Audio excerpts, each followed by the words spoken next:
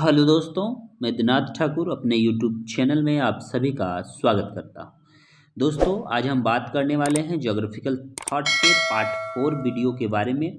इस वीडियो के अंतर्गत हम लोग देखेंगे काफ़ी महत्वपूर्ण कार्य और विद्वानों को। इसके अंतर्गत आप लोगों को आने वाले जीआईसी के परीक्षा में, यूजीसी नेट की परीक्षा में, आरपीएससी असिस्टेंट प्रोफेसर की परीक्षा, साथ ही साथ यूपी असिस्टेंट प्रोफेसर की परीक्षा में काफ़ी महत्वपूर्ण प्रश्न बनने वाले हैं।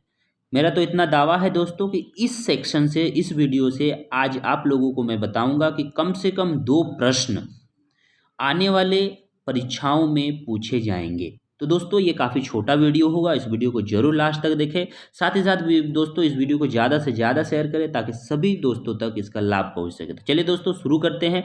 लेकिन यदि आप हमारे चैनल में नए हैं पहली बार, तो जरूर चैनल को सब्सक्राइब कीजिए। साथ ही इसी प्रकार के लेटेस्ट वीडियो के लिए नोटिफिकेशन को भी जरूर दबा दीजिए। चलिए स्टार्ट करते हैं। पहला कार्य है, पृथ्वी को मापने वाले सर्वप्रथम विद्वान थेल्स महोदय को माना जाता है। पृथ्वी को मापने वाले सर्वप्रथम विद्वान थेल्स महोदय। थेल्स और एनेक्सेमिंडर महोदय को गणितीय भूगोल का संस्थापक भी माना जाता है। नोमोन नामक यंत्र का आविष्कार किसने किया है? नोमोन नामक यंत्र का आविष्कार एनेक्सेमिंडर ने किया है। ज्ञात विश्व का प्रथम मानचित्रकार किसे माना जाता है? एनेक्सेमिंडर को माना जाता है। सर्वप्रथम ज्ञात विश्व को 5 जलवायु प्रदेश में इरेटोस्थनीज ने बांटा था। वायु योग्य विश्व का एक्यूमिनी यानी आवासित पृथ्वी किसने कहा है? इरेटोस्थनीज, यानी कि आवास योग्य भूमि, आवासित भूमि इरेटोस्थनीज ने कहा है। प्रथम विद्वान जिसने अक्षांश देशांतर की सहायता से मानचित्र का निर्माण किया है, इरेटोस्थनीज ने। ध्यान दीजिएगा कि प्रथम विद्वान जिन्होंने अक्षांश देशांतर की सहायता से मानचित्र का निर्माण किया, इरेटोस्थनीज। हेरोडोटस के संदर्भ में यह कहा जाता है कि उन्होंने सर्वप्रथम विषुवत रेखा या फिर कहें कि अक्षांश रेखा का उन्होंने इंगित किया था। उसके उपरांत आता है, सर्वप्रथम अक्षांश देशांतर के आधार पर विश्व को क्लाइमेटा अक्षांश पेटी में किसने विभाजित किया है? हिप्पार्कस महोदय ने। हिप्पार्कस महोदय ने विश्व को अक्षांश और देशांतर के आधार पर क्लाइमेट पेटी में, अक्षांश पेटी में विभाजित किया, हिप्पार्कस ने। उसके बाद है, भारतीय मानसून का विस्तृत व्याख्या करने वाले विद्वान अल मसूदी हैं। सर्वप्रथम वृत्त को 360 डिग्री में विभक्त करने का श्रेय हिप्पार्कस को जाता है। अरब भूगोलवेता जिसने विश्व को 7 जलवायु प्रदेशों में बांटा है, अल मसूदी ने। इसके उपरांत अरब विद्वान अल मकदीशी ने भी, ध्यान दीजिएगा यहाँ पे मैं आप लोगों को बता रहा हूँ, अल मकदीशी ने भी 14 जलवायु प्रदेशों में बांटा है। ये राजस्थान असिस्टेंट प्रोफेसर में पूछा हुआ सवाल है कि अल मकदीशी ने 14 जलवायु प्रदेश में बांटा है। उसके उपरांत आता है, प्रथम जर्मन विद्वान जिसने भूगोल को एक क्षेत्र वर्णनी विज्ञान बताया है, रिस्थॉफेन ने। इसके उपरांत आता है, सर्वप्रथम ज्वार भाटा का सूर्य चंद्रमा के साथ सीधा संबंध माना, प्लेटो महोदय ने। ज्वार और भाटा का सूर्य और चंद्रमा के साथ सीधा संबंध माना किसने? प्लेटो महोदय ने। यूनानी चिकित्सक जिसने सर्वप्रथम पर्यावरण का मानव पर प्रभाव को स्पष्ट किया है, यानी कि प्रथम नियतिवादी विचारधारा जो यूनान के विद्वान थे, हिप्पोक्रेटस को माना जाता है। इन्होंने पर्यावरण का मानव पर प्रभाव को स्पष्ट किया, प्रथम नियतिवादी विचारधारा था। अगला है, कृषि का उद्भव, पौधों और पशुओं का विचरण, मूल अमेरिकी समुदाय पर विजय का मुख्य योगदान है, कार्ल सार्वर का है। पृथ्वी को पानी में तैरती हुई तस्तरी के समान माना है, थेल्स महोदय ने।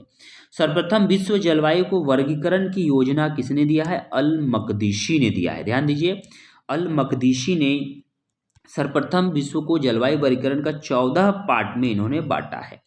भूगोल को क्षेत्र वर्णन विज्ञान, कोरोलॉजी साइंस कहने वाले स्ट्रेबो महोदय।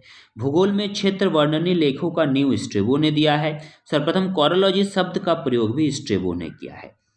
आगे बढ़ते हैं दोस्तों, वो कोरोलॉजी विज्ञान किसने बताया है? इमैनुअल कांट ने। इतिहास को क्रोनोलॉजी विज्ञान किसने बताया है? इमैनुअल कांट ने। शुद्ध भूगोल या राइन ज्योग्राफी फिलिप बुआचे का है। राजनीतिक सांख्यिकी विचारधारा बुसीचंग का है। पेरू ठंडे जलधारा की खोज हम्बोल्ट है, इसलिए हम्बोल्ट धारा भी कहते हैं। वनस्पति के आधार पर विश्व को 15 जलवायु प्रदेश में या 15 प्राकृतिक प्रदेश में किसने बांटा है? हर्बर्टसन ने। प्रथम जर्मन जिसने सामान्य और प्रादेशिक भूगोल में अंतर स्पष्ट किया है, रिस्थॉफेन ने। सर्वप्रथम विश्व को 11 जलवायु प्रदेश में किसने बांटा? हिप्पार्कस ने बांटा। सर्वप्रथम इक्विनॉक्स का पता हिप्पार्कस ने लगाया है।